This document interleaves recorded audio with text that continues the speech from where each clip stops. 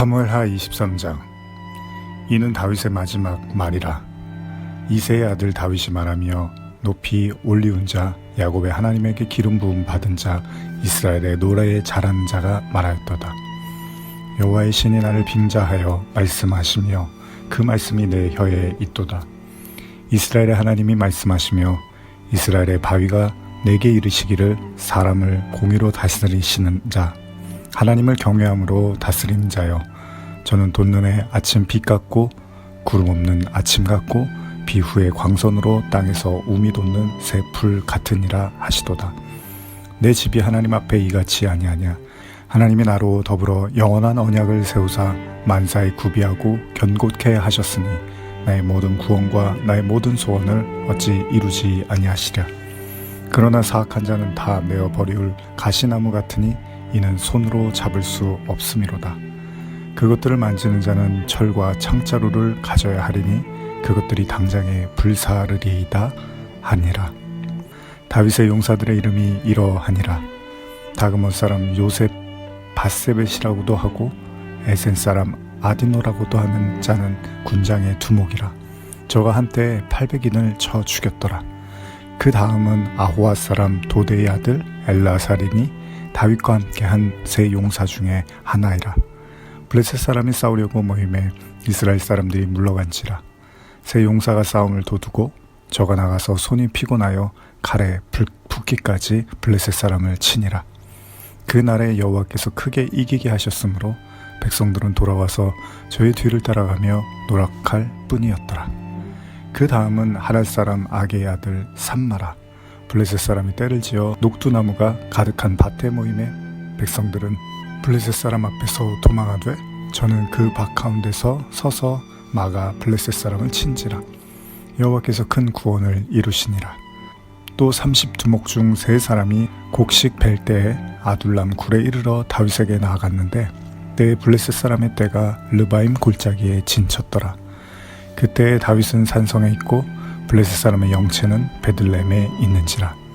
다윗이 사모하여 가로되 베들레헴 성문 곁 우물물을 누가 나로 마시게 할꼬 하매 세 용사가 블레셋 사람의 군대를 충돌하고 지나가서 베들레헴 성문 곁 우물물을 길어 가지고 다윗에게로 왔으나 다윗이 마시기를 기뻐 아니하고 그 물을 여호와께 부어드리며 가로되 여호와여, 내가 결탄코 이런 일을 하지 아니하리이다.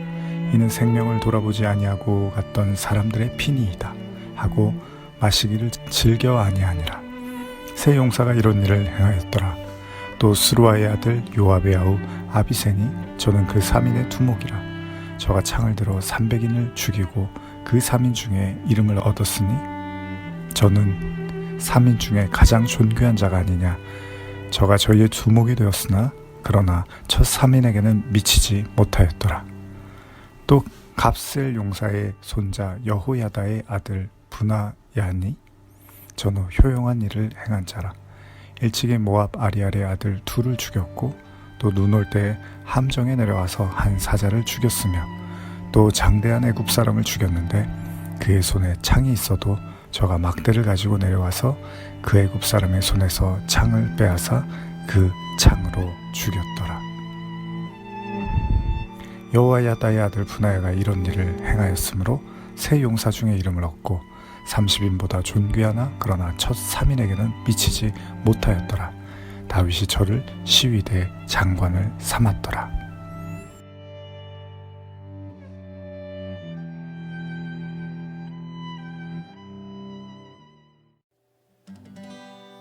사랑의 노래들이네 나의 구주 예수님께 주 행하신 일 감사해 사랑하는 귀하신 예수 주님께서 나를 부르셨네 주의 소유 삼으셨네 주님의 사랑의 품에 주의 사랑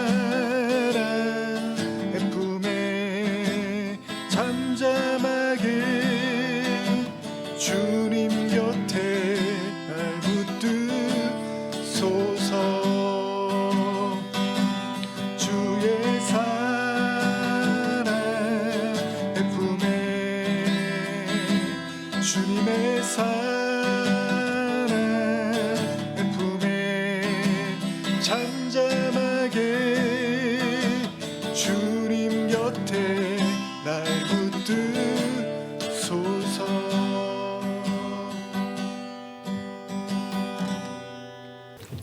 자, 오늘은 사무엘하 23장 말씀 함께 여러분과 나누고자 합니다. 이제 사무엘하 23장, 24장 이렇게 두 장만 남아있는데요. 우린 지난 시간에 사무엘하 22장을 통해서 다윗의 그 감사의 시, 시편에 나타나기도 했던 그 시의 내용을 또 사무엘하 22장에서도 볼 수 있었습니다. 그래서 우리가 다윗의 감사의 시를 나누면서 또 한 구절 한 구절 읽어가면서 그 말씀들을 나눴는데요.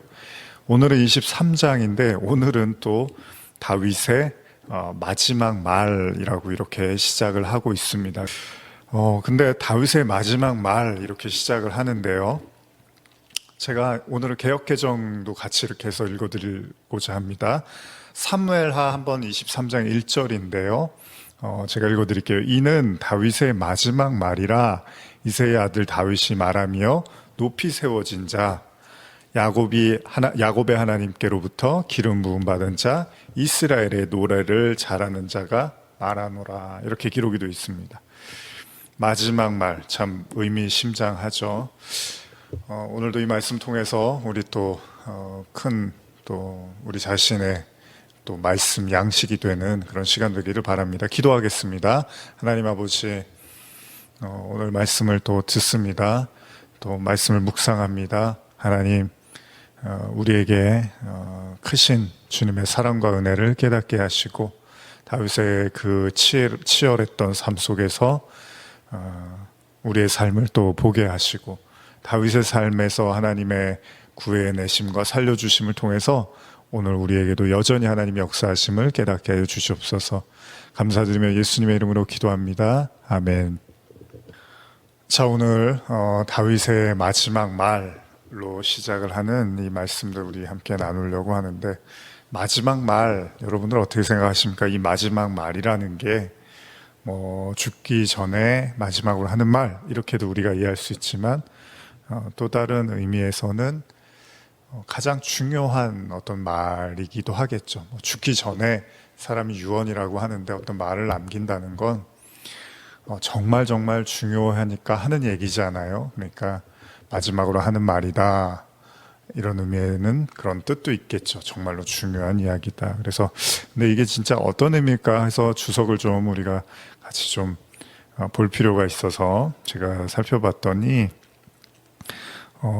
이 22장의 시 같은 경우는 우리가 지난번에도 나눴지만은 다윗이 주변의 국가들을, 이방 국가들을 정복하고 이스라엘의 이제 통치를, 왕이 되게 된 그 시점에서 쓰여졌다면, 지금 23장은 이제 다윗이 모든 어떤 어려움과 역경, 고난, 좌절 이걸 다 맛보고 다윗의 통치 말년에, 그러니까 자신의 이제 죽음을 눈앞에 두고서 쓴 시라고 이제 보고 있는데요. 그러니까 그 지난번에 찬송하고 감사했던 거는 그 어떻게 보면은 승승장구하던 다윗의 그 최전성기 때 쓰여졌다라고 본다면, 오늘의 이 다윗의 마지막 말들은 이제 이후에 범죄를 하잖아요. 사무엘하는 사실은 거의 이제 그 내용 중심으로 해서 흘러가잖아요. 중반부부터는. 그때 이제 겪었던 많은 마음의 아픔들, 그러나 또 그 속에서 하나님의 공의, 그리고 하나님의 또 그 속에서도 베푸시는 은혜, 이런 것들을 통해서 이제 고백을 하고 있는 것이 아니냐라고 이제 주석은 보고요. 특별히 이 23장에서는 주석에서도 그렇지만 강조하는 게 이제 도래하실 메시아, 그러니까 이제 예수 그리스도에 대한 예언적인 어떤 말이다, 시다라고도 이제 보는 견해들이 있습니다. 다윗이 사실은 이제 다윗의 후손, 우리가 예수 그리스도를 떠올리게 되죠. 사실 그리고 성경이 창세기부터 이미 예수 그리스도의 오심을 계속해서 말하고 있었죠. 이제 그럴 때 우리가 이제 다윗의 삶에서 한 가지 또 중요하게 빠뜨리지 않아야 될 것이, 우리가 사무엘 하에서 7장이었죠. 다윗이 이제 그 하나님의 처소에 대한 이야기를 하죠.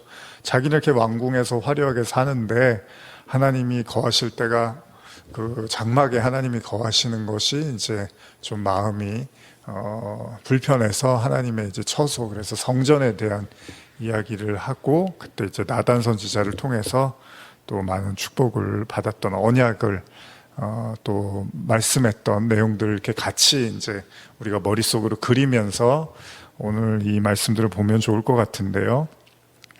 어쨌든 다시 한번 제가 23장 1절을 다시 한번 읽어드리면서 계속 말씀을 나누겠습니다. 이는 다윗의 마지막 말이라.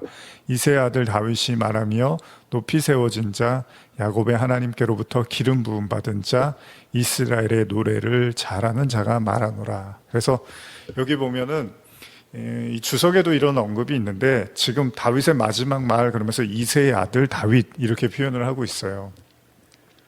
그러니까 이새의 아들, 굳이 다윗을 이제 설명할 때 여러 가지 이제 하나님으로부터 뭐 기름 부음 받은 자, 또 사무엘 선지자로부터도 또 기름 부음 받은 자, 또 이스라엘의 왕으로 세워진 자, 뭐 여러 가지 의미로 이제 다윗을 설명할 수 있잖아요. 근데 굳이 23장 1절은 이새의 아들 다윗 이 이제 말에서 사실은 오늘 여러분들이 생각할 것은 사실 이 감사의 시 혹은 또 마지막 말 이런 부분들에서 어떻게 보면은 좀 부풀리지 않고 지극히 인간적인 모습도 담겨져 있음을 좀 추측할 수가 있습니다. 실제로 제가 한번 이 부분에 대해서도 제가 주석을 한번 읽어드릴게요. 여기서 다윗은 자신을 이새의 아들로 소개하고 있다. 그런데 이새의 아들이란 호칭은 사울 왕이 다윗을 비꼬아 말할 때, 나발이 다윗을 비난할 때, 그리고 세바가 다윗을 대항하여 난을 일으켰을 때 각기 사용한 호칭이었다. 주석에도 이렇게 쓰고 있어요. 따라서 다윗에게 있어서 이새의 아들이라는 호칭은 이스라엘 왕이라는 호칭과는 대비되는 호칭으로서 결코 명예로운 것이 아니었으며 오히려 그의 보잘것없음과 비천함을 드러내는 호칭이었다. 따라서 다윗은 이 거룩한 노래를 시작함에 있어서 자신의 어떤 자랑거리도 나타내지 아니함으로써 오직 거룩한 하나님의 영광만을 드러내려고 이 호칭을 사용했던 것이다. 이제 아시겠죠? 23장이 어떤 의미로 쓰여졌다라는 것을 좀 짐작해 보실 수가 있겠죠. 그렇습니다. 다윗은 이새의 아들이죠. 뭐 맞죠. 우리가 하나님의 기름 부음을 받았지만 하나님의 선택과 그리고 하나님의 언약이 있었던 다윗이 분명하지만 그 이면에는 이새의 아들입니다. 뭐 누가 물어봐도 이거는 틀리지 않는 이야기죠. 이건 무엇을 의미합니까? 다윗 역시도 그냥 하나의 인간이었다는 거죠. 우리가 얼마 전에 그 모세 출애굽기 나누면서도 모세를 하나님이 이스라엘 백성을 구출하기 위해서 불러내시잖아요. 모세를 이제 불러내시고 이스라엘 백성을 위해서 애굽으로 들어가서 그들을 이제 꺼내와라, 지도자가 되라 이렇게 말씀을 하시는데, 모세가 어렵게 이제 수락을 하잖아요. 그런데 갑자기 이제 모세가 애굽에 가려고 하니까 하나님이 갑자기 신이 나타나서 모세를 죽이려고 해요. 그때 이제 할례에 대한 이야기가 나오죠. 그래서 우리가 말씀을 나눴는데 마찬가지입니다. 제 아무리 모세고 하나님이 선택했고 하나님께서 이스라엘 백성을 위한 원대한 계획을 모세를 통해서 가지고 있다 하더라도 하나님의 말씀, 그 언약이 담겨있는 그 할례의 의미를 알지 못하고 있는 한에서 하나님이 그것을 엄하게 다스리시더라는 겁니다. 모세도 인간이에요. 그쵸? 인간이죠. 인간은 인간인 겁니다. 성경에 나오는 모든 사람은 그냥 사람이에요. 인간이에요. 예수 그리스도만 하나님으로부터 난 자예요. 그래서 예수님만 성령으로 잉태하시잖아요. 그래서 남자의 씨를 받지 않고 요셉의 씨를 받지 않고 그냥 하나님께서 마리아에게 성령을 통해서 낳게 하신 거죠. 제 아무리 다윗이 이스라엘의 왕이고 지금까지도 뭐 어마어마한 사람들의 추앙을 받는다 하더라도 그냥 이세의 아들인데 하나님이 그를 택한 거죠. 8번째 아들이었죠. 하나님이 그냥 그를 택한 거예요. 그리고 그를 왕으로 세우시고 이스라엘의 그 언약의 왕으로 하나님이 이끌어 주셨다는 겁니다. 그래서 오늘 본문도 이세의 아들로 시작을 하는 거죠. 여러분 성경에 보면 이 보배를 담은 질그릇이라는 표현을 아마 바울이 쓰는 걸로 알고 있는데, 이 질그릇이라는 거는 깨지기 쉽잖아요. 근데 그 안에 이제 보배를 하나님이 주시는 거예요. 그러니까 보배가 중요한 거죠. 질그릇은 사실은 그 보배의 보배됨을 나타내기 위해서 질그릇을 굳이 하나님이 택하신 거예요. 여러 가지 의미가 있지만요. 질그릇임에도 불구하고 보배를 주시는 것도 있지만, 그 질그릇에 보배가 들어감으로써 보배가 더욱더 가치를 발휘하게 되는 거죠. 다윗의 인생은 어떻게 보면 보배를 담은 질그릇의 가르침을 우리에게 주고 있는지도 몰라요. 다윗이 굉장히 항상 우리가 나눴지만 다윗이 대단하고 훌륭한 사람 같았지만, 사실은 시간이 지나면 지날수록 한없이 나약하고 또 한없이 그냥 인간적인 그런 사람임을 우리는 확인했죠. 그러나 하나님이 언약이라는 보배를 그에게 담고 계속해서 그를 이끌어 주시고 인내해 주시고 다시 세워 주시고 좌절할 때도 붙잡아 주시고, 이런 과정들을 하나님께서 보여주셨다는 거죠. 바로 그런 의미에서 이 시편 23편은 사무엘하 23장은 그런 다윗의 삶에서 빼놓을 수 없는 하나님의 영광과 은혜를 고백하고 있는 거죠. 계속해서 한번 제가 2절에서 7절까지 읽어드리겠습니다. 여호와의 영이 나를 통하여 말씀하시며 그의 말씀이 내 혀에 있도다. 이스라엘의 하나님이 말씀하시며 이스라엘의 반석이 내게 이르시기를, 사람이 공의로 다스리는 자, 하나님을 경외함으로 다스리는 자여, 그는 돋는 해의 아침빛 같고 구름 없는 아침 같고 비 내린 후의 광선으로 땅에서 우음이 돋는 새 풀 같으니라 하시도다. 내 집이 하나님 앞에 이같이 아니하냐? 하나님이 나와 더불어 영원한 언약을 세우사 만사에 구비하고 견고하게 하셨으니 나의 모든 구원과 나의 모든 소원을 어찌 이루지 아니하시랴. 그러나 사악한 자는 다 내버려질 가시나무와 같으니 이는 손으로 잡을 수 없음이로다. 그것들을 만지는 자는 철과 창자루를 가져야 할지니 그것들이 당장에 불살리로다 하니라. 이게 사실은 이제 다윗의 이제 마지막 말인데요. 사실은 이 내용은 시편에서도 여러분들이 어렵지 않게 볼 수 있었던 내용이죠. 하나님의 임재, 그리고 하나님의 언약, 그리고 하나님의 함께함을 통해서 그가 하나님을 이제 경외하는 것을 보죠. 중요한 구절이 이제 23장 4절, 5절인데요. 요거를 제가 현대어로도 같이 한번 읽어드리면요. 그는 구름 갠 하늘에 떠오르는 아침 해와 같고 비 온 뒤에 땅속에서 솟아오르는 싱싱한 새싹과 같다. 이것은 진실로 나의 왕실이 밝고 싱싱하게 계속될 것을 약속하신 말씀이 아니냐. 주께서 친히 나에게 영원한 왕실을 약속해 주셨다. 주께서 그렇게 확인하고 보장해 주셨다. 나는 주님의 도우심을 믿고 의지하며 주님은 항상 내 소원을 들어주신다. 어떻게 보면 그냥 하나님께서 그를 지금까지 지켜주시고 어려움이 없는 게 아니죠. 그 어려움 속에서도 계속해서 하나님이 이기게 하시고 견디게 하시고 또 살아있게 하셨다라는 그런 의미로 들립니다. 근데 그 다음 내용을 보시면 6절, 7절 보시면, 그러나 악한 사람들은 말라 죽은 가시나무와 같다. 바람에 뽑혀 말려다니는 가시나무는 어느 누구도 맨손으로 붙들 수가 없다. 쇠갈퀴나 창살이 있어야 쉽게 찍어다가 불 속에 던질 수 있다. 그러면 그 자리에서 타버리고 없어질 것이다. 이 내용을 보시면 심판에 대한 내용도 같이 언급이 되어 있죠. 여기 보면은 이런 표현이 있어요. 그것들을 만지는 자, 그러니까 가시죠. 그러니까 사악한 자는 그냥 내버려질 가시나무 같다라고 하면서 철과 창자루를 가져야 된다라는 이런 내용들은 사실은 하나님의 그 굉장한 강한 심판의 그런 운명을 보여주고 있는 겁니다. 그래서 결국은 그냥 다 불태워질 거라고 이야기를 합니다. 그러니까 멸망의 날 냉혹한 심판이 올 것이다 라고 이야기를 하죠. 주석을 보면요, 이게 이제 이런 의미로도 해석을 해요. 그러니까 메시아께서 통치하시고 건설하실 그 나라에서 불의한 사단의 세력이 완전히 소멸되고 메시아의 의로운 통치에 대적하고 그 나라를 해롭게 할 무가치한 자, 그런 심판될 거다. 뭐 다 아는 얘기죠. 그러니까 지금 이 내용을 이제 주석이나 이런 데를 보면은 이제 영원한 왕국, 하나님의 그 도래할 메시아를 통해서 나타날 그 하나님의 나라에 대한 설명, 그리고 아울러서 거기에 대한 심판을 언급하고 있는 걸로 이제 해석을 하는데, 뭐 그것도 나쁘지 않습니다. 그러나 그거를 여러분, 다윗이 꼭 미래적인 어떤 추측을 통해서만 생각할 수 있냐는 거예요.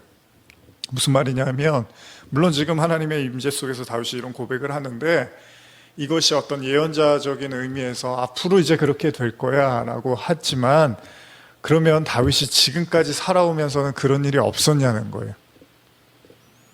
다윗이요, 왕이 되는 과정에서 이제 사무엘을 통해서 하나님께서 너를 택했다, 너를 왕으로 부르셨다 그러면서, 그때부터 이제 다윗이 수없이 많은 고난도 받고 사울의 추격도 피하고, 그러면서 사울이 죽고 왕이 되고, 그러면서 또 죄를 짓고, 그래서 아들 압살롬이 또 반역을 하고, 그러면서 결국 또 압살롬도 죽고 다시 왕이 되고. 여러분, 이게 다 뭘 보여주는 거죠? 다윗의 왕국, 그러니까 하나님이 이스라엘을 이렇게 인도해 가시는 과정에서 다윗의 삶을 통해서 어떻게 하세요? 하나님이 이 지금 오늘 제가 읽은 고백처럼, 그는 돋는 해의 아침 빛 같고 구름 없는 아침 같고 비 내린 후의 광선으로 땅에서 우미 돋는 새 풀과 같으리라. 이게 지금 다윗의 삶에서 늘 있었잖아요. 하나님의 그 강렬함, 그 하나님의 인도하심, 보호하심 속에서 그런 정말 구름과 같고 빛이 없는 어둠의 그런 곳에서도 하나님이 또다시 그를 빛으로 인도하시고, 또 비를 내리게 하셔서 은혜를 주시고, 또 다시 한번 땅에서 또 새로운 싹이 트게 하는 이런 과정들을 다윗이 계속 겪었잖아요. 그러면서 동시에 또 어떻습니까? 그 다윗을 대적했던, 즉 하나님을 대적하고자 했던 수많은 사람들이 심판받고 멸망하는 것도 다 봤어요. 그러면서 다윗이 결국 그 왕국을 유지하고 견고하게 하시고 하나님이 인도해 가시잖아요. 그러니까 이걸 다윗이 다 겪었어요, 여러분. 그러니까 우리가 항상 뭐 메시아의 도래, 그리고 죽음 이후의 영원한 하나님 나라, 이런 것들에 대해서 생각하는 거 당연히 중요하고 소망으로 가져야 됩니다. 근데 하나님이 그거를 그냥 미래적인 개념에서 예언자적, 어떤 예언적인 개념에서만 우리에게 말씀하시지 않아요. 저와 여러분들의 삶에도, 이 세상에서도 그렇게 하나님의 자녀가, 하나님의 우리를 나라라고 하잖아요. 하나님의 성전이라고 하잖아요. 그 여러분과 저도 다윗처럼 그 모든 과정을 겪어서 자연스럽게 나중에는 당연히 악인은 심판을 받지, 당연히 하나님의 백성들은 어떤 모진 상황 속에서도 살아나게 되지, 하나님이 결국은 우리를 빛으로 인도하시지, 그러나 하나님을 모르는, 하나님을 비방하고 대적하는 악인들은 결국은 사라지고 소멸되지라는 이 모든 과정을 인생을 통해서 배우게 된다는 겁니다. 그래서 어떻게 보면 다윗이 시편 23편에 뭐라 그래요? 나의 평생에 선하심과 인자하심이 정녕 나를 따르리니 내가 여호와의 집에서 영원히 거하리로다라고 고백을 하는 게, 이제 지금까지는 그렇게 못했는데 이제 앞으로는 그렇게 될 거야, 내가 죽으면 그렇게 될 거야가 아니라, 지금까지 그렇게 살아온 걸로 봐서 앞으로도 이 하나님의 은혜는 계속해서 지속될 거라는 확신을 갖고 있었다는 겁니다. 결국은 하나님의 백성은, 제가 항상 예전에 요한계시록 강의할 때도 그랬지만, 이 땅에서 하나님의 심판과 구원을 다 겪게 된다는 거예요. 그래서 이게 심판받는 거구나, 이렇게 하면 심판받게 되는 거구나. 주변만 그런 게 아니에요. 본인도 마찬가지예요. 다윗도 자신이 심판을 받잖아요, 하나님으로부터.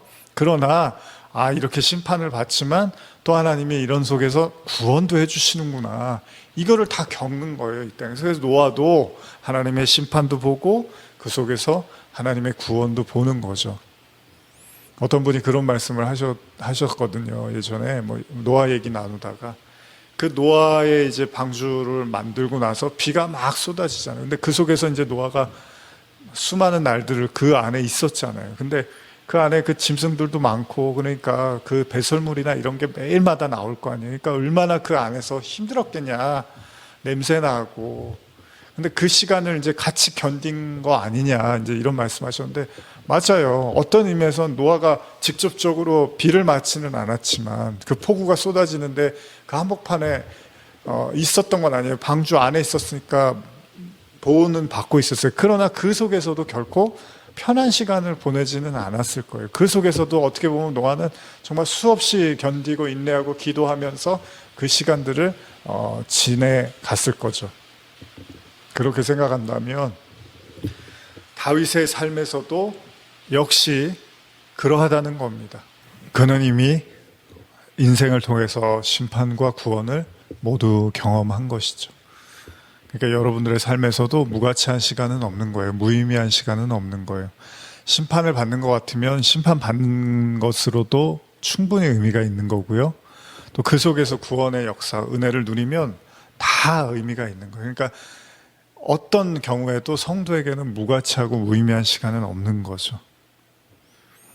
결국은 이 두 가지를 다 우리는 경험하게 됩니다. 한번 계속 말씀을 읽어보겠습니다. 이제 현대어로 한번 읽어볼게요. 사무엘하 23장 8절인데요. 다윗의 용사는 모두 37명이었는데 그의 군대 총사령관 요압과 거국적인 3용사와 30인 용사에 소속된 세 장수와 엘하난에서 우리아까지 30명의 용사가 그들이었다. 3용사 중에서 우두머리는 다그몬 사람 요셉 바세벳이었다. 그는 단 한 번의 전투에서 창 한 자루로 800명의 적군을 모조리 쳐 죽인 사람이다. 자, 이제부터 갑자기 다윗의 용사에 대한 이야기가 나오는데요. 8절 이후에서. 그래서 지금 제가 읽어드린 모두 37명이었다 그러면서 이제 내용들을 쭉 기술을 해요. 그래서 여기 보면은 23장 9절 이하부터는 이 용사들이 어떤 일들을 했느냐, 그 중에서 이제 빼어난 용사에서 뭐 3용사라고 지금 표현을 하고 있는데 이런 사람들의 이제 이야기들이 쭉 나오거든요. 그래서 다윗을 어떻게 보면 이제 도왔던, 이스라엘의 이제 건립을 도왔던, 다윗이 왕으로서 등극하는데 큰 공을 세웠던 사람들, 600용사를 이제 성경이 말하고 있는데 그 중에서 이제 크게 활약을 했던 어떤 이제 사람들을 집중적으로 이야기를 하고 있는데 이 내용이 역대상 11장에도 이제 등장을 합니다. 근데 약간의 뭐 숫자의 어떤 차이가 있긴 한데 이제 계산을 하는 어떤 차이, 뭐 그런 차이에서 이제 숫자의 어떤 그런 차이가 좀 있긴 하지만 어쨌든 간에 이 이야기들이 이제 기술이 되고 있습니다. 그래서 한번 제가 조금 읽어볼게요. 9절 이하. 3용사 중에서 두 번째 사람은 도대의 아들 엘르아살이었다. 그는 아우아 사람으로 블레셋 족속들이 다시 이스라엘을 침략하자 다윗과 함께 출전하여 에베스 담림에서 싸우게 되었다. 이스라엘 군인들은 블레셋 군인들이 두려워서 모두 높은 산악지대로 후퇴해버렸다. 그러나 그는 혼자 적진에 뛰어들어 적들을 소탕하였는데 팔에 쥐가 나고 칼 잡은 손이 굳어져 풀리지 않을 정도까지 적군들을 쳐 죽였다. 여호와께서 직접 개입하신 거룩하신 전쟁이었기 때문에 엘레아살은 그날 큰 승리를 거두게 되었다. 마침내 이스라엘 군인들도 다시 전선으로 돌아왔으나 그들이 할 일은 적진에 들어가 약탈하고 노략물을 회수하는 것뿐이었다. 여기 보시면 지금 이 삼용사 중에 두 번째 엘르아살이라는 인물에 대한 이야기를 하면서 그가 이제 그 다윗과 함께 출전을 해서 싸우는데 이스라엘 군인들이 도망을 쳤어요. 후퇴해버렸어요. 블레셋 군인들이 두려워서. 근데 그가 혼자 뛰어들어서 적들을 소탕을 했대요. 근데 여기서 그가 참 대단하구나 이렇게 끝난 게 아니라 여호와께서 직접 개입하신 거룩한 전쟁이었기 때문에 엘르아살은 그날 큰 승리를 거두게 되었다. 이렇게 표현하고 있어요. 그러니까 이제 그 다윗의 어떤 마지막 말 하면서 이제 이 말들을 하면서 다윗의 도움을 줬던, 또 이스라엘 건립을 하는 데 있어서 도움을 줬던 그 용사들의 이야기를 하고 있는 거잖아요. 근데 사실은 이 사람들이 참 대단하고 훌륭한 일을 했습니다라고 이야기를 하는 것 같지만 사실 요 한 줄이 중요한 거죠.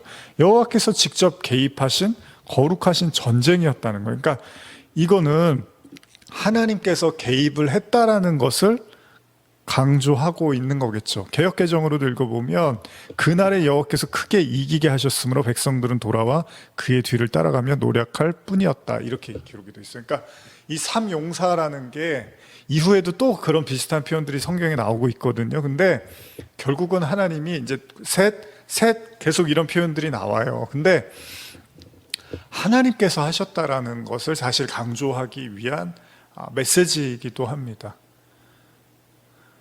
그래서 하나님이 이 사람들이 참 훌륭했다, 저 사람이 참 훌륭했다, 이 사람이 참 훌륭했다, 지금 성경에 이런 얘기를 이렇게 나중에 사무엘 하를 끝나는 이제 마당에서 그런 얘기를, 물론 그들의 노력도 그들의 성과에 대해서 취하해주고 잘했다고 칭찬해줄 필요는 있습니다. 그러나 근본적으로 하나님이 말씀을 통해서 우리에게 말씀하시는 건 다윗이 그 왕국을 세워가는 데 있어서 참 용맹한 훌륭한 용사들이 있었는데 사실은 하나님께서 개입하신 것이었다라는 걸 보여주는 거죠.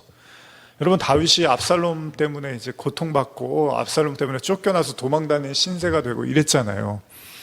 도저히 이제 승리가 어려워 보이는 그런 상황이었는데 어떻게 합니까? 하나님께서 다윗에게 이제 후세라는, 다윗의 편이었죠. 이 후세라는 사람이 압살롬에게 들어가서 어떤 조언을 한다고 했는데 그 조언을 사실은 이제 압살롬이 덥석 물어버렸어요. 그래서 더 좋은 이야기가 있었는데 아히도벨이었나요? 그 이야기를 거절하고 이 후세의 이야기를 받아들임으로써 다시 이제 그 상황이 완전히 바뀌어 버리는 거죠. 그래서 압살롬은 결국 죽게 되는 거죠. 사실 우리는 이미 다윗이 어떻게 왕이 되었고 이런 과정들을 다 봤어요. 그 속에서 물론 다윗이 굉장히 잘 참고 최선을 다했고 기도했고 늘 하나님께 물었던, 그리고 용맹했던 전사가 맞아요. 그러나 하나님이 개입하셨기 때문에 가능했다라는 겁니다. 그러니까 지금 성경은 그런 이야기들을 쭉 우리에게 말하고 있는 거예요. 그래서 이후의 이야기들도 사실은 다 그 이야기들을 하고 있는 거죠. 조금만 더 읽어볼게요. 11절에서 12절입니다. 삼용사 중 세 번째 사람은 할랄 사람 아게의 아들 삼마였다. 블레셋 족속이 또 이스라엘을 침략하여 레이에서 싸우게 되었는데 그곳에는 다 붉은 팥이 가득 찬 밭 한 떼기가 있었다. 이스라엘 군인들은 여기서도 도주해버리고 싸우지 않았다. 그러나 삼마는 그 곡식 밭 한가운데로 들어가서 블레셋 족속들을 쳐서 물리쳤다. 이리하여 그들은 그 밭의 곡식을 조금도 훔쳐가지 못하였다. 이것도 여호와께서 직접 개입하신 거룩한 전쟁이었기 때문에 삼마는 그날 큰 승리를 거두게 되었다. 아마 이런 생각을 해보게 돼요. 그 예수님께서 이제 많은 사람들에게 가르치시는데 이제 사람들이 배가 고프고 힘들어하니까 기적을 이제 일으키시죠. 오병이어의 기적을. 그런데 어떻게 합니까? 너희들 중에 좀 가지고 있는 거 갖고 와봐. 그랬더니 이제 어린아이가 오병이어를 이제 예수님께 이렇게 올려드리죠. 그랬더니 예수님이 어떻게 하세요? 그걸로 이제 수많은 사람들을 먹이시죠. 중요한 거는 사실 오병이어를 내놓는 것도 중요합니다. 그렇죠? 그런 어떤 결단을 자기가 먹어도 되는데 그걸 내놨어요. 근데 여러분, 그걸 내놨다고 해서 항상 기적이 일어나는 건 아닙니다. 의도가 중요한 거예요. 하나님이, 예수님이 이 사람들을 먹여야겠다는 이미 이제 계획이 있으시고 결정을 하신 거잖아요. 그런 상태에서 이제 오병이어가 나온 거고 거기에 하나님이 축복을 해줘서 이기게 된 거죠. 무슨 얘기냐면요, 지금 이 삼마라는 사람도 앞에 말한 엘레아살도 마찬가지지만 이스라엘 백성들이 블레셋이 무서워서 다 도망치고 이럴 때 군사들이요, 이들이 이제 나서서 어떻게 보면 객기잖아요. 혼자 가서 죽을 수도 있는데, 근데 승리를 이끌었어요. 그러니까 사람들이 봤을 때 그 사람 너무 대단한 거예요. 다윗이 마치 골리앗 칠 때처럼 승리를 이끌었어요. 도저히 이길 수 없다라고 생각을 해서 도망치고 피해 다녔는데 승리를 했어요. 그러면 사람들은 이제 그 업적을 막 기리고 대단하다고 박수를 쳐주겠지만 성경에 논리대로 성경의 관점으로 보면 하나님이 직접 개입했다라는 게 그런 거잖아요. 하나님이 개입을 안 했으면 이 사람들이 그냥 죽었을 수도 있다는 거예요. 다윗이 돌팔매질을 잘해서 골리앗을 한 방에 무너뜨렸을 수도 있지만 거기에 하나님이 개입을 안 하셨으면 다윗이 돌을 던졌는데 꿈쩍도 안 하고 오히려 골리앗한테 개망신을 당할 수도 있다는 겁니다. 사람이 참 우스운 게 뭐가 이렇게 해서 한번 되면 뭐 특히 이제 도박 같은 게 그래요. 뭐가 한번 해서 이제 잘 되면은 뭔가 나한테 행운이 따르는 줄 알고 이제 계속 거기에 이제 공을 들이고 시간을 들이고 돈을 들여서 나중에는 이제 많은 어떤 손해를 보죠. 하나님이 직접 개입을 하셨으니까 이것도 보면 어떻게 보면 참 객기잖아요. 물론 또 나라를 사랑하는 조국을 위한 마음에서 나서는 것도 훌륭한 마음이지만 사실은 굉장히 위험한 행동이기도 하잖아요. 그런데도 불구하고 하나님이 개입을 했더니 그들이 이기더라는 겁니다. 거기에서 여러분과 저는 이런 말씀들을 읽어 나갈 때 무슨 생각을 해야 되냐 하면 과연 이 전쟁, 과연 이 싸움이 하나님의 의도, 하나님의 뜻이 있는 것인지 아니면 하나님의 뜻하심이 없는데 내가 그냥 내 어떤 용기와 혈기와 욕심 가지고서 그냥 밀어붙이는 거죠. 물론 그런 게 필요할 때도 있죠. 그러나 오늘 성경이 말하고 싶은 건 하나님은 다윗 왕을 기름 부으시고 다윗 왕을 통해서 이스라엘을 세우시기를 원하셨던 거니까 그 일에 가담한 사람들에게 하나님이 함께 하셨던 거잖아요. 그러니까 중요한 건 큰 방향성, 큰 그림에서 이게 옳은 거라면 하나님의 어떤 형태로든지 간에 그와 함께 하시고 절대 이길 수 없을 것 같은 그런 상황에서도 하나님이 또 이기게 하신다는 거죠.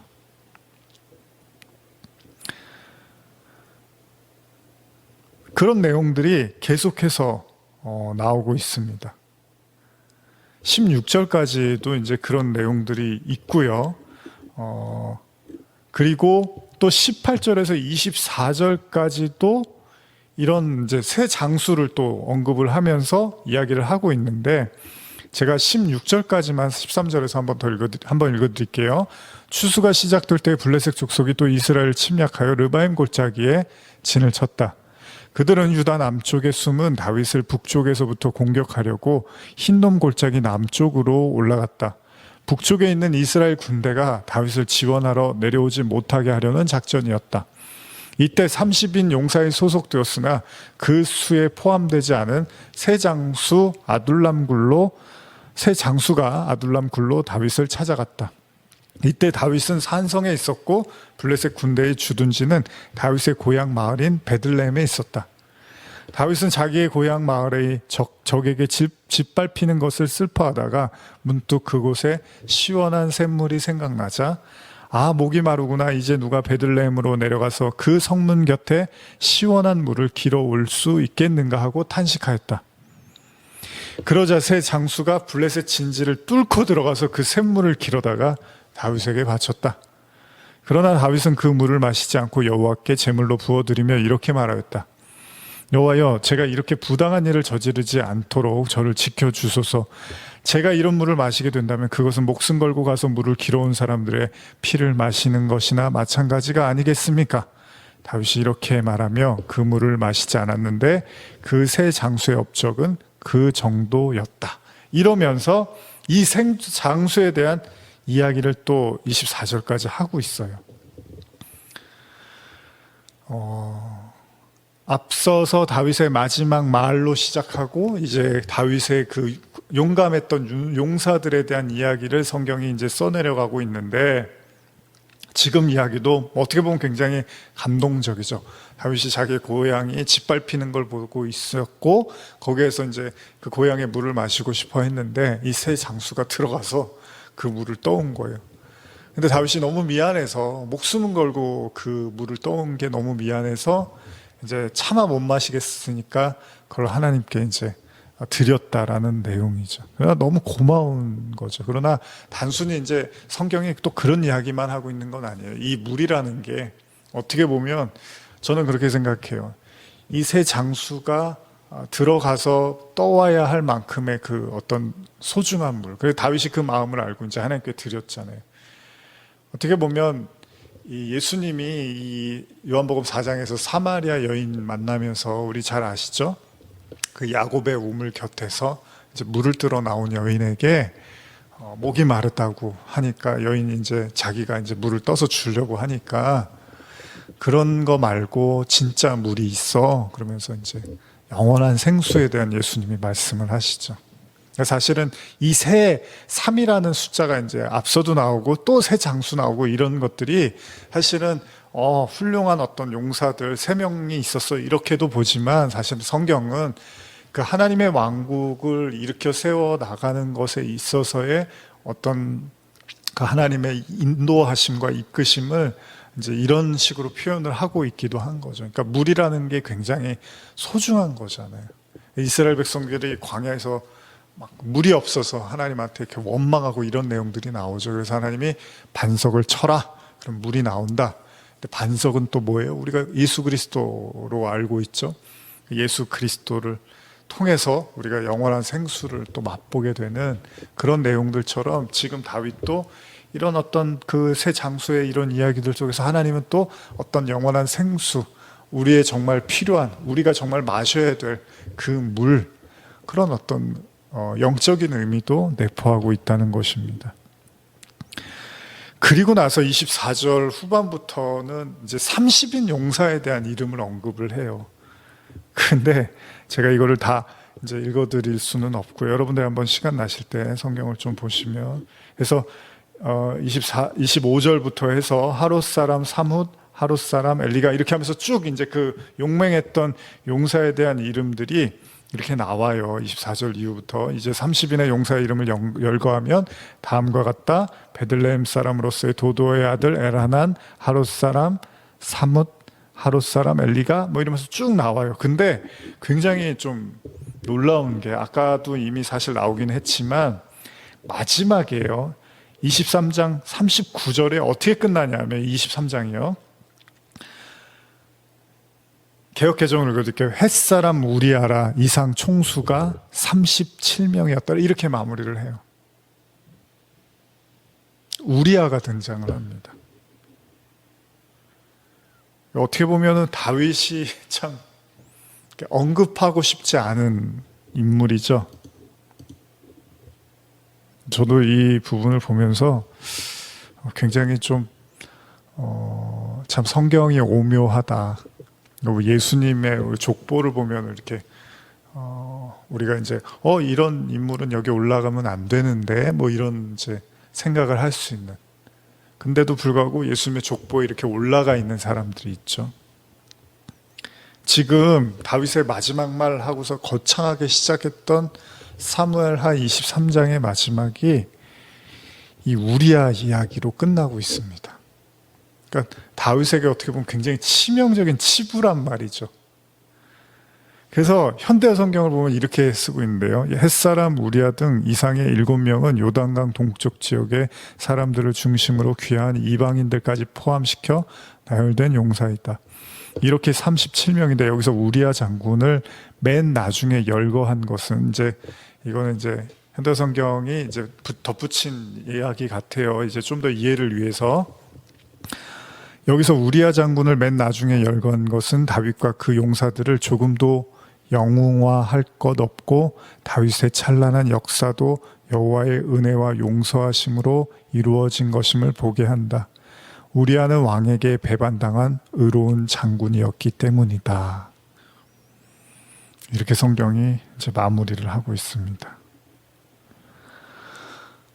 그래요. 어떻게 보면 사무엘상 하 통틀어서 다윗이 정말 언급하고 싶지 않은 이름이 하나 있다면 우리아죠, 우리아. 그리고 그 우리아 때문에 다윗이 너무나 큰 고통을 받았어요. 그리고 자녀들까지도 죽어나가는 일을 다 겪었어요. 어떻게 보면 왕국까지도 흔들릴 수 있는 아주 위험한 일이었죠. 그게 바로 밧세바라는 여인의 남편 우리아였죠. 근데 다윗이 참 이렇게까지 다윗이 좀 못됐었나 싶을 정도로 아주 간교하고 간사하게 계략을 꾸며서 우리아를 죽이려고 했죠. 그리고 죽었습니다. 그러나 성경은 그 용감한 용사 37명이죠. 이렇게 언급을 하면서 마지막에 우리아를 이야기하고 있다는 겁니다. 그래서 제가 아까 처음에 이새의 아들 다윗이다라는 이야기를 강조했던 게, 성경은요, 인간을 이렇게 화려하게 포장하고 거짓되게 막 쓰고 그런 게 사실 성경의 목적이 아니라는 겁니다. 그냥 성경은 있는 그대로 보여주는 거예요. 그래서 우리가 창세기 같은 데 보면은 유다와 다말 이야기 나오거든요. 시아버지하고 며느리가 이렇게 관계를 갖고 뭐 이런 이야기들이 나와요. 그러니까 뭐 나중에 이제 그 소돔과 고모라에서도 롯이 이제 탈출을 하고 뭐 딸들하고의 어떤 이야기들도 나오고, 사실은 이게 그냥 얘기해도 되는 건가, 이런 얘기가 그냥 나와도 되는 건가 하는 이야기들이 성경에 막 등장을 해요. 근데 하나님은 그런 거를 꺼리지 않아요. 우리 노아 이야기도 그렇죠. 노아의 마지막 그렇게 어마어마한 일을 다 겪고 심판과 하나님의 구원과 무지개 언약도 다 보고 나서 그렇게 딱 끝나면 좋잖아요. 근데 노아 이야기의 마지막에 술에 취해갖고 하체를 이렇게, 포도주를 먹고 술에 취해서 하체를 드러내면서 자식들한테 어떻게 보면 흉이 될 수 있는, 근데 그게 흉이 아니에요. 또 거기서 하나님은 또 복음을 설명하는 거예요.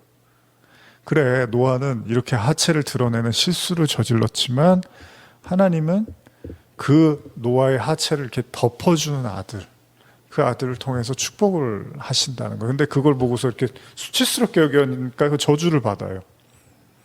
다 복음을 설명하고 있는 거죠. 다윗도 그렇습니다.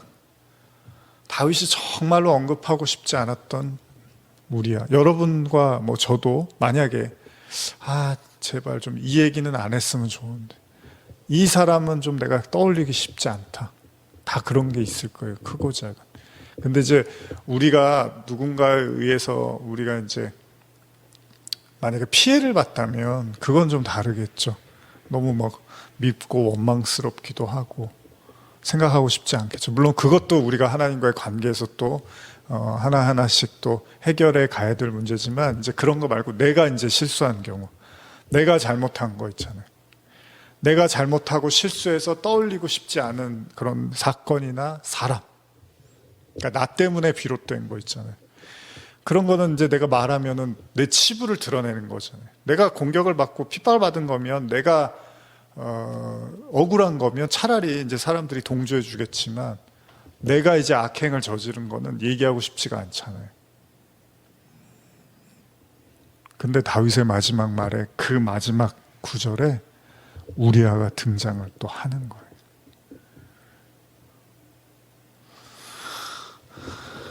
참 성경이 그렇습니다. 우리는 여기서 뭘 생각해야 될까요? 저는 이렇게 이야기하면서 마무리하고 싶은데요. 물론 큰 잘못입니다. 다윗이 밧세바를 범하고 우리아를 죽인 거, 이거는 너무나 큰 잘못이에요. 오늘날에도 이거는 너무나 큰 잘못이에요. 근데 성경이 이제 그게 잘못된 거야, 이제 이것만 말하는 건 아니잖아요. 잘못했으니까 다윗은 죽어야 돼, 다윗은 구원 못 받아, 지옥에 가야 돼, 이게 이제 성경이 말하고 싶은 게 아니잖아요. 자, 그렇게 잘못을 저질렀지만 이제 그 잘못을 통해서 다윗이 죄를 깨닫고 또 수많은 그로 인한 고통을 겪었어요. 자기 자녀들도 죽고. 그러고 나니까 다윗이 이제 어떻게 됐죠? 아까 처음에 우리가 읽은 하나님의 공의도 배웠고, 하나님의 심판도 배우고, 하나님의 사랑도 배우고, 하나님의 다시 살리심도 배우고, 결국 그 모든 걸 통해서 언약이라는 걸 배운 거예요. 하나님의 약속. 물론 너무 미안하기도 하고, 떠올리고 싶지 않기도 하고, 창피하기도 하고, 감추고 싶은 막 그런 수많은, 여러분과 저도 뭐 인생을 돌아보면 막 뒤죽박죽일 때가 있잖아요. 그게 이제 잘 하나님 안에서 정리가 되고, 그것을 통해서 이제 하나님의 은혜를 깨닫고 우리의 죄를 용서 구하고 회개하고 이런 과정들을 겪으면 좋은데, 그게 안 되면 막 인생이 뒤죽박죽인 경우가 있어요. 막 20년 전, 30년 전 막 어렸을 때 뭐 그런 모든 이야기들이 그냥 여전히 막 혼재해 있어갖고 그냥 뭐 카오스, 혼돈처럼 남아있을 수도 있어요. 그러나 그 속에서 하나님의 법도와 진리, 말씀, 은혜, 회개, 용서 이런 것들을 하나씩 깨우쳐 갈 때 이 모든 것들이 하나님이 나를 구원해 가시는 또 심판해 가시는 여정과 과정이었구나. 그리고 그걸 통해서 결국 하나님의 언약, 흔들리지 않는, 변하지 않는 언약을 배워가는 것이구나. 그래서 성경이 우리아를 집어넣는 거죠, 마지막에. 아니, 우리아까지 죽였는데 그 우리아의 죽음이 헛되지 않으려면 다윗이 용서도 구하고 회개도 하는 것도 맞지만 이제 그것을 통해서 정말 하나님을 만나야 될 거 아니에요. 우리도 마찬가지입니다. 우리가 그렇게 실수하고 잘못 저지르고 뭐 후회할 수 있는 많은 일들이 있다 하더라도 그냥 거기서 머물러서 괴로워만 하는 게 성경이 가르침이 아니잖아요. 그랬으면 이제 그것을 통해서 진짜 하나님의 의중과 뜻을 깨닫고 하나님께 더 가까이, 그래서 하나님의 언약과 사랑과 구원이 무엇인지를 알아갈 때 그 모든 일들이 헛된 게 안 되는 거잖아요. 그 우리아를 다윗이 그렇게 만들었다면 이제 그 우리아의 죽음이 헛되지 않도록 최대한 다윗이 깨닫고 회개하고 하나님을 만나는 거예요. 이거 이제 인간이 할 수 있는 건 이거잖아요. 그렇습니다. 성경은 인간을 막 이렇게 구름 띄우듯이 비행기 태우듯이 그러지 않습니다. 사람들은 이제 그런 말들을 많이 하죠. 교회 오면 특히 이제 막 그렇게 무조건 잘 될 거야 뭐 이렇게 말을 하기도 하는데, 물론 잘 될 겁니다. 하나님 믿는 사람들은. 그러나 그냥 무조건 아무 생각 없이 잘 되는 게 아니라 이제 이런 모든 일들을 통해서 하나님이 고백하게 하시죠. 그래서 다윗의 마지막 말이 영원한 하나님의 공의와 사랑과 구원과 심판, 이 모든 것들을 다윗이 짤막하게나마 고백하고 있는 거죠. 오늘 우리 자신의 삶을 또 돌아봅니다. 사무엘 하를 보면서 이제 한 장 남겨두고 있는데요.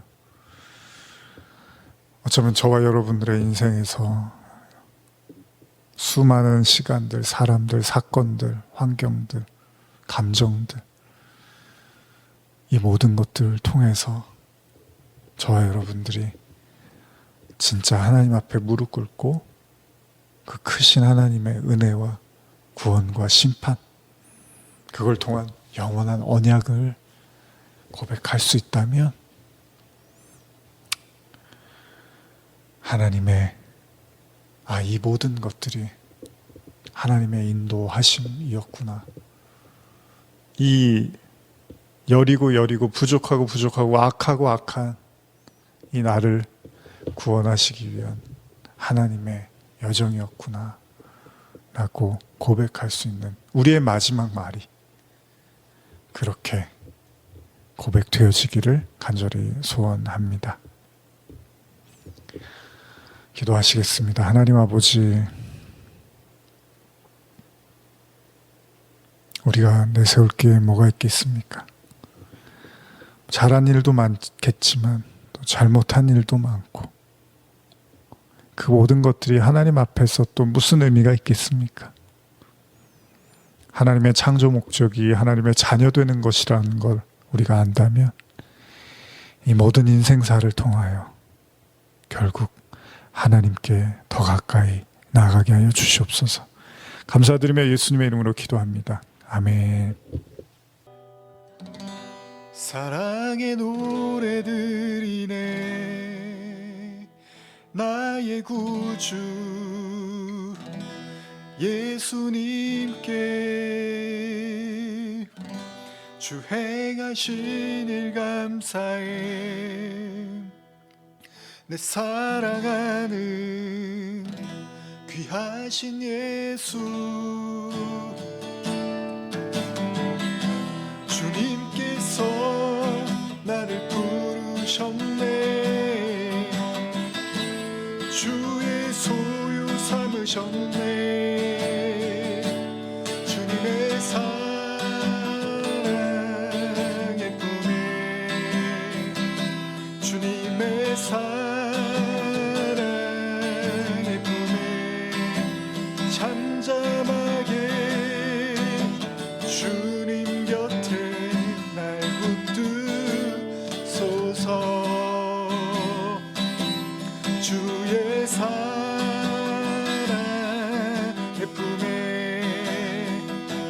주의 사랑의 품에 잠잠하게 주님 곁에 날 붙드소서. 주님의 사랑의 품에 주의 사랑의